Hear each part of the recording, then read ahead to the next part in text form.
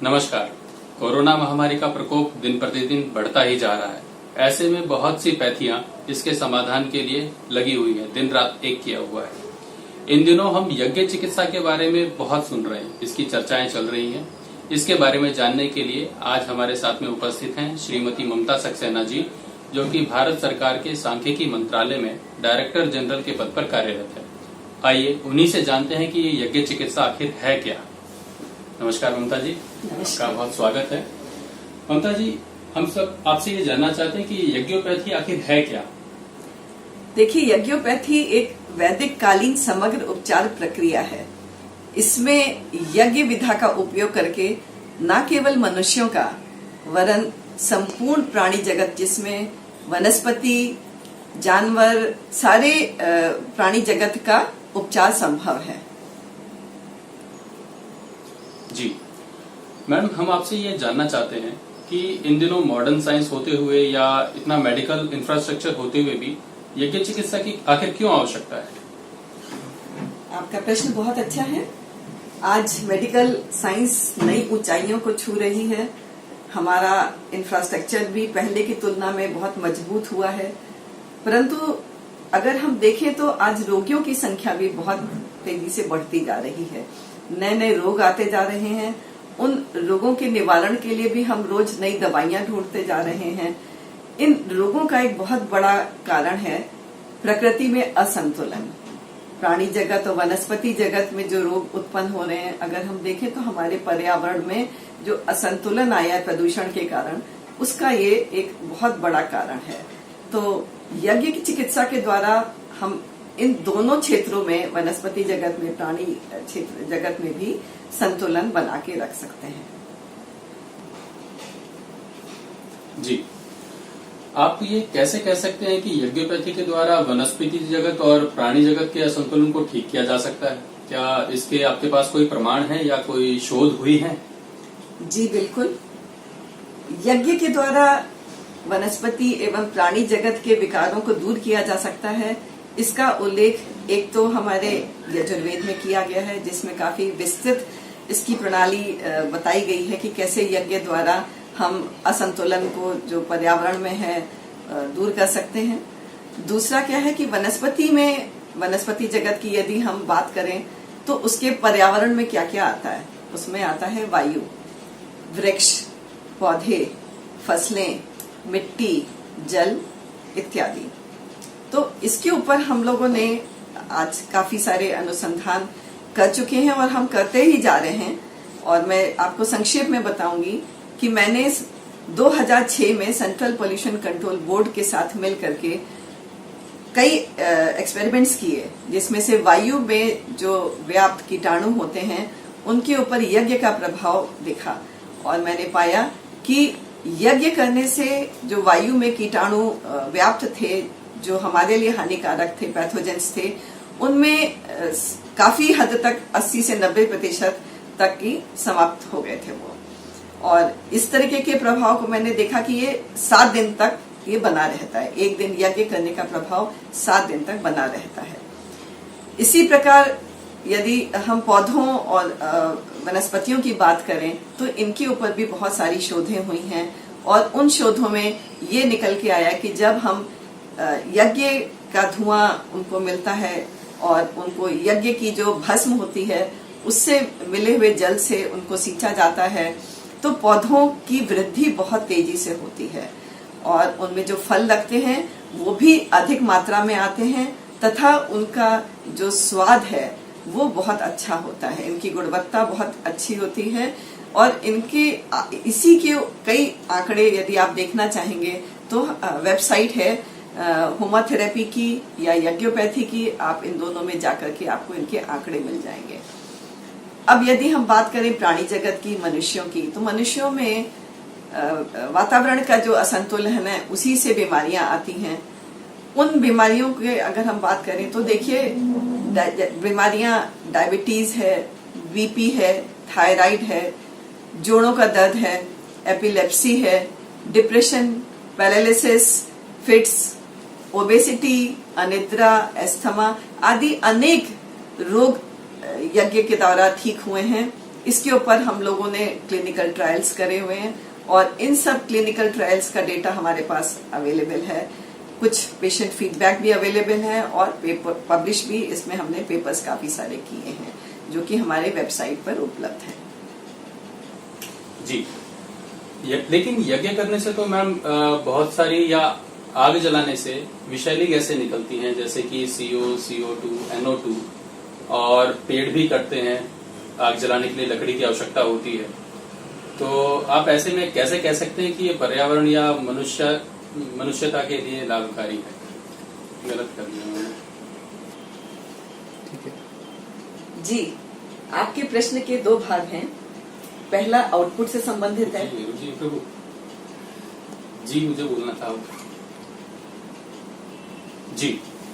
लेकिन यज्ञ करने से या आग जलाने से बहुत सी विषैली गैसें निकलती हैं, जैसे CO, CO2, NO2 आदि, और इसके लिए पेड़ भी काटने पड़ते हैं, लकड़ी की आवश्यकता होती है। तो ऐसे में ये पर्यावरण या मनुष्यता के लिए किस प्रकार से लाभकारी हुआ? जी, आपका प्रश्न बहुत अच्छा है, लेकिन इसमें दो भाग हैं। पहला आउटपुट से संबंधित है और दूसरा इनपुट से। तो मैं एक एक करके जवाब देती हूँ। जब कोई भी चीज हम जलाते हैं तो विषैली गैसेस CO, CO2, NO2 ये निकलती हैं, परंतु जब ये कंप्लीट कंबशन होता है तो इनकी मात्रा अत्यंत अल्प रहती है। जब हम यज्ञ की बात करें तो यज्ञ में हम सावधानी पूर्वक यज्ञ करते हैं और उसमें हम यज्ञशाला को ऊपर से खोलते हैं और हम देखते हैं कि जो भी ये विषैली गैसेस निकलती हैं, जब पूरी अग्नि प्रज्वलित होती है, आहुतियां हम तब दें तो ये बिल्कुल मिनिमम निकलती हैं।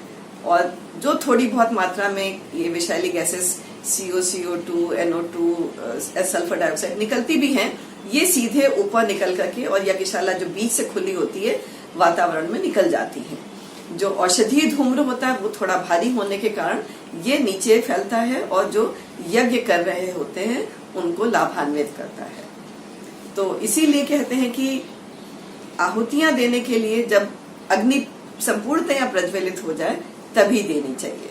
तो ये एक सावधानी है जिसको यज्ञ हम जब करें तो तरीके से करें। अब यदि हम बात करें कि डीजल या पेट्रोल, इनसे जो विषैली गैसेस निकलती हैं, ये विषैली गैसें और जो हम यज्ञ से जो हमारे धुएं से औषधि धूम्र निकलता है, इन दोनों की तुलना आपस में करना बिल्कुल निरर्थक है, क्योंकि दोनों में जमीन आसमान का अंतर होता है। ये तो उसी तरीके से हम बात कर सकते हैं जैसे एक कमरे में कचरा पड़ा हो और एक कमरे में फूल या औषधियां पड़ी हो और हम कहें दोनों कमरे भरे हैं।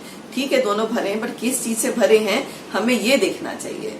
एक तरफ जो औषधि धूम्र है वो हमारे लिए लाभकारी है, हमारे लिए भी लाभकारी है और पूरे वातावरण के लिए, पर्यावरण के लिए लाभकारी है। परंतु जो डीजल का धुआं निकलता है, जो हमारे कारखानों का धुआं निकलता है, इनमें भी जो गैसेस निकलती है, निकलती भी बहुत ज्यादा मात्रा में है और ये हमारे स्वास्थ्य के लिए हानिकारक होती हैं। अब दूसरी बात पे यदि हम आए कि यज्ञ में हम लकड़ी का प्रयोग करते हैं और पेड़ों को काटना पड़ता है, तो ये बात सही है और इसी के समाधान के लिए हम लोगों ने एक विकल्प ढूंढा है। वो है देसी गाय के गोबर से बने सूखी समिधाएं, जिनको हम गोमय समिधाओं के नाम से जानते हैं। इन समिधाओं से यदि हम हवन करें तो ये पर्यावरण अनुकूल होती है। इसके अनेक लाभ हैं। इसमें कोयला नहीं बनता है, ये हानिकारक गैसेस जो PM की हम बात करें तो ये सबसे कम निकलते हैं और हवन करने के बाद ये PM बहुत तेजी से घट भी जाते हैं। तो ये हमारे लिए, पर्यावरण के लिए, दोनों के लिए अनुकूल होते हैं। धन्यवाद। जी, लेकिन मैडम यज्ञ तो एक धार्मिक अनुष्ठान है और सभी लोग इसकी क्रिया भी नहीं जानते, इसके नियम भी नहीं जानते और इसके अलावा बहुत से धर्म हैं जो इसको अपना भी नहीं सकेंगे, उन्हें धार्मिक अड़चन आएगी। तो ऐसे में आप इसे समाज में कैसे फैलाएंगे, इस पर आपको क्या कहना है? जी, यहाँ मैं आपकी बात से सहमत नहीं हूँ। यज्ञ एक वैदिक कालीन समाधान है और इसके द्वारा आज की जो विकट समस्याएं हैं उनको समाधान हमें से समग्र रूप से मिल सकता है।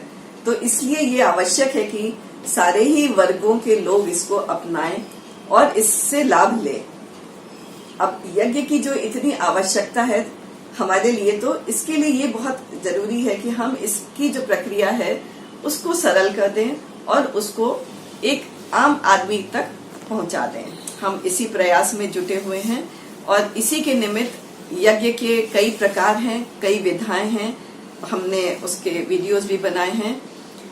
अब जो इसके कर्मकांड है अगर हम देखें तो इसकी जो दैनिक सरल और संक्षिप्त हवन विधि है, इस गायत्री परिवार ने इसको जारी किया है और ये लगभग 50 मिनट में पूरी हो जाती है। फिर जो भेषज यज्ञ है या चिकित्सा यज्ञ है, अगर हम उसको देखें तो वो 20 मिनट में ये प्रक्रिया पूरी हो जाती है। और इसी से भी सरल एक हमने ऊर्जा पुंज बनाया है, जिसपे यदि हम आज हवन करते हैं तो वो 10 मिनट में ये प्रक्रिया हवन की पूरी हो जाती है। तो ये समय के अनुकूल और ये सरलीकरण हमने कर दिया है। इन सब के वीडियोस भी हमारे पास उपलब्ध हैं।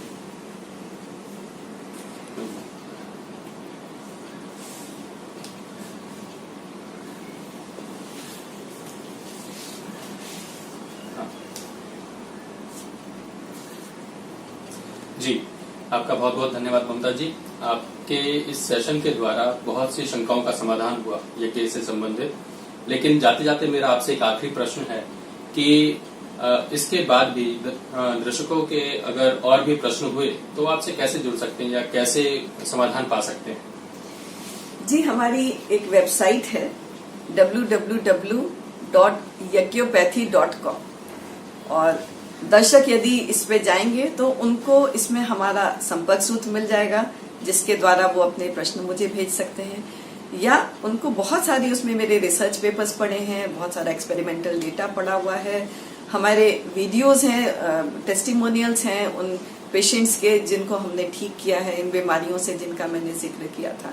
तो आप लोग से मेरा एक अनुरोध है कि आप लोग हमारी वेबसाइट पे जाएं, उसको देखें, उसको लाइक करें और यदि आपके कोई प्रश्न हो तो वो आप हमें जरूर भेजें। आपको मैं उनका समाधान आगे नेक्स्ट वीडियोस में दूंगी। जी, बहुत बहुत धन्यवाद।